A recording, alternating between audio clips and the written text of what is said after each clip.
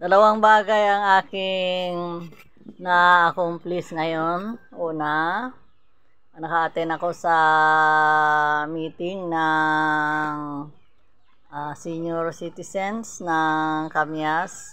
Pangalawa ay ako ay nakapamalengke. At sa aking pag-uwi galing sa palengke ay may nakita akong kakaiba. Doon sa binili ko sa Vicky Bakes. Yan, kay Aling Vicky. Yan, may nakita ako. Ito sa nilagyan ng tinapay ay may nakita akong palaman. Jaran. Hindi ko pakikita siyempre pangalan. Baka tayo ay masingil.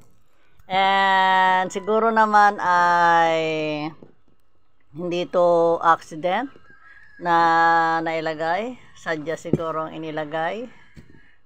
Kung sadya, thank you. Pagka hindi sadya ay alam nyo naman ang aking FB account. You can always contact me on my messenger.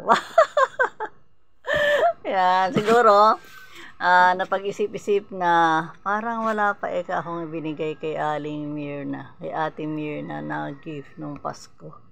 Kaya siguro ay ito na lang natira, ganyan. Ito na nakita.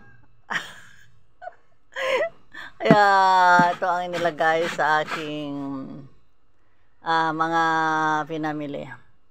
Kung accident man ito o hindi, thank you. At kahit na late na wala utang na loob ang Aling Mirna.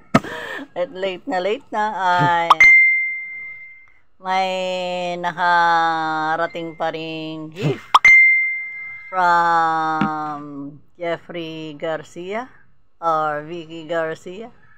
And thankful pa rin ako dahil may nakita akong gift mula sa kanila, and hoping na ito nga ay hindi accidentally nailagay. Thank you sa inyo, and sana ay susunod ay joke lang.